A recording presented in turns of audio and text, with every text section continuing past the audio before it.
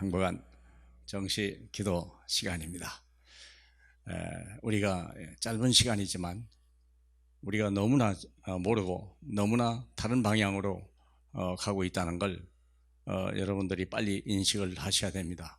그래서 하나님이 예수 그리스도를 이 땅에 보내주셔서 우리가 가야 될 기준점이 뭔가, 수준이 뭔가, 표준이 뭔가를 계속 가르쳐 주는 거거든요. 세상에 살기가 얼마나 어렵습니까? 세상은 참 복잡하고 혼돈합니다. 이 세상에서 우리와 우리 후대가 어떻게 살아갈 거냐, 하나님 말씀대로 다시 돌아가야 돼요. 그래서 이번 주에 범사의 주인에게 순종하라. 제일 싫은 말일 수도 있죠. 요즘 신세대하고 안 맞을 수도 있죠.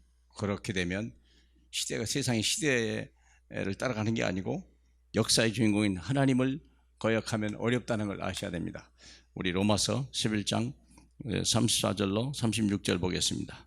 누가 주의 마음을 알았느냐? 누가 그의 모사가 되었느냐? 누가 주께 먼저 드려서 갚으심을 받겠느냐? 이는 만물이 주에게서 나오고 주로 말미암고 주에게로 돌아갑니다. 그에게 영광이 세세에 있을지어다. 아멘. 하나님의 말씀은 절대적인 표준입니다. 말씀대로 사는 자만이 영생을 얻고 이 땅에 하나님의 영광을 나타내게 되고 나중에 하나님 앞에 설 때 전혀 부끄러움이 없게 되는 것입니다. 그리고 이 세상을 살려나가고 제일 중요한 건 내 자녀들이죠. 자, 범사의 주인에게 순종하라. 질서의 하나님입니다. 하나님은 세상을 만들어 놓고 그냥 버려두고 너들 능력대로 살아가, 짐승의 세계가 아닙니다. 그래서 우리는 범사의 주인이 있고, 위를 세우신 분이 있고 내 아래로 세우신 분이 있어요. 내 부모로 세우신 분이 있고 내 자녀로 세운 사람이 있다는 걸 아셔야 돼요. 내가 정한 건 아니잖아요. 내가 위대해서도 아니잖아요. 내가 약해서도 아니잖아요. 하나님이 질서를 세우신 거예요.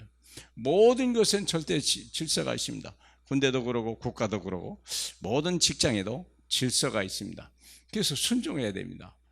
그 배경은 뭐냐면 하나님의 절대 주권 때문에 그렇습니다. 절대 주권을 잠깐 볼까요? 로마서 3장 11장 36절에 만물이 누구에서부터 나왔습니까? 주께로부터 나왔어요. 사람에게 하는 게 아닙니다. 사람의 말미암아가 아닙니다. 윗사람의 말미암음도 아닙니다. 오직 주로 말미암고. 누구에게 돌아가야 됩니까? 다 주님 앞에 감사와 영광을 돌려야 되는 거거든요. 주님의 뜻대로 되는 거예요. 그분의 역사 속에 우리는 사는 거예요. 히스토리라고 알죠? 그렇기 때문에 하나님의 계획을 빨리 찾아야 되죠. 하나님의 계획이 뭡니까? 우리로 하여금 하나님의 자녀가 되는 것이거든요. 하나님의 계획은 창세전에 그리스도 안에서 우리를 택하사 그 앞에 거룩하고 흠이 없게 하시려고 그 피로 말미암아 죄 사함을 받게 하사 자기의 자녀들이 되게 하셨더라. 하나님이 이 세상을 창조주가 만드신 만물을 만드시고 우리를 하나님의 자녀로 회복시려고 하는 거예요. 원래 하나님의 형상을 따라 지음받은 우리고 정복하고 다스려야 줬는데 우리가 원죄 때문에 모든 걸 잃어버렸지 않습니까? 그래서 다시 계획세 하나님의 재창조의 계획을 버린 게 우리를 하나님의 자녀로 삼으시려는 거예요. 누구를 통하여? 예수 그리스도를 통하여.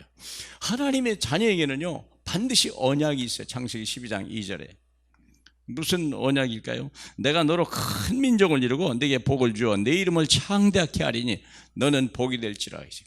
너는 복이 될지라. 이 언약입니다. 세상에 복이 없습니다. 세상에 복을 가지고 있는 사람도 없고 가지고 갖다 줄 사람도 없습니다. 세상은 막 복을 찾아서 헤매고 몸부림하고 그렇습니다. 그 복을 어떻게 얻을 건가? 사람이 철학도 하고요, 또 깊은 기도도 하고요, 명상도 하고요, 별짓 다 하죠. 그런데 쓸데없습니다. 복은 하늘에서부터 내려오는데 하나님의 아들 예수 그리스도가 이 땅에 주시는 것입니다. 그래서 내가 예수를 믿는 내가 복의 근원이 되는 거예요. 그렇다면 복의 언약이 내 것이 주어졌다면 나는 언약의 여정을 가는 거예요. 내가 어떤 여정을 가는 겁니까?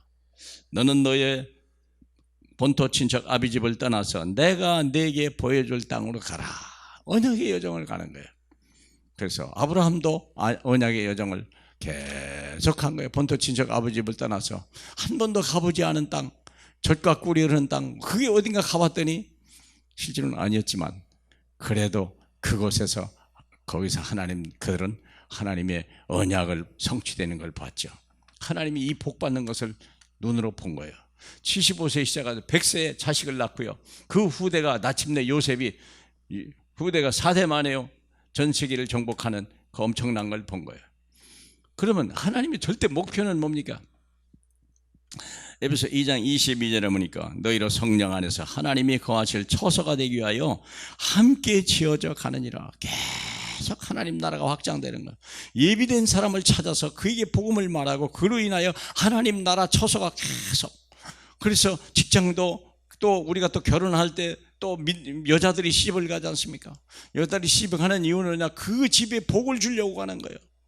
며느리를 받을 때 복덩이가 왔는데 나중에 이상한 일만 터진다고 그러면 문제가 되는 거 아니겠습니까? 그래서 여자를 보내서 자꾸 이 세상에 하나님의 처소가 막 바뀌어지기 시작하는 거야. 하나님 나라가.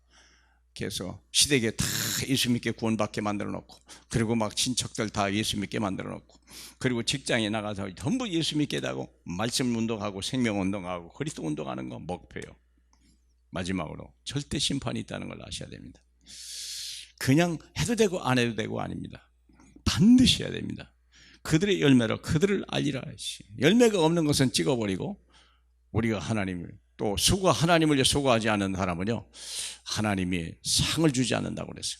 수고한 사람에게는 하나님이 존귀하게 여긴다고 생각하고 냉수 한 그릇도 상을 준다고 약속했습니다.